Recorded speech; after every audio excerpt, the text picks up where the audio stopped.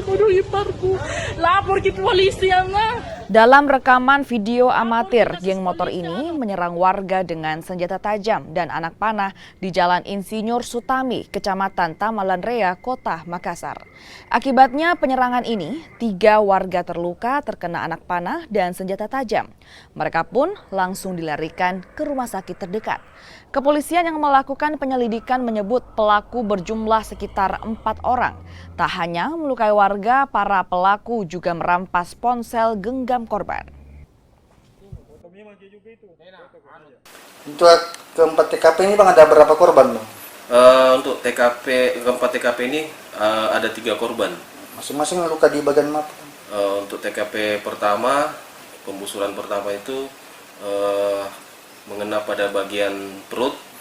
Kemudian untuk TKP yang kedua mengena pada bagian pundak sebelah kanan.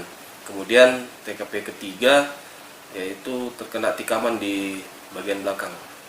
Untuk sementara dari hasil penyelidikan anggota di lapangan, ini diduga ada unsur balas dendam terhadap para korban karena ada bahasa di TKP yang disebutkan bahwa mengatakan bahwa ini orangnya, sehingga pelaku ini langsung melakukan pembusuran terhadap korban.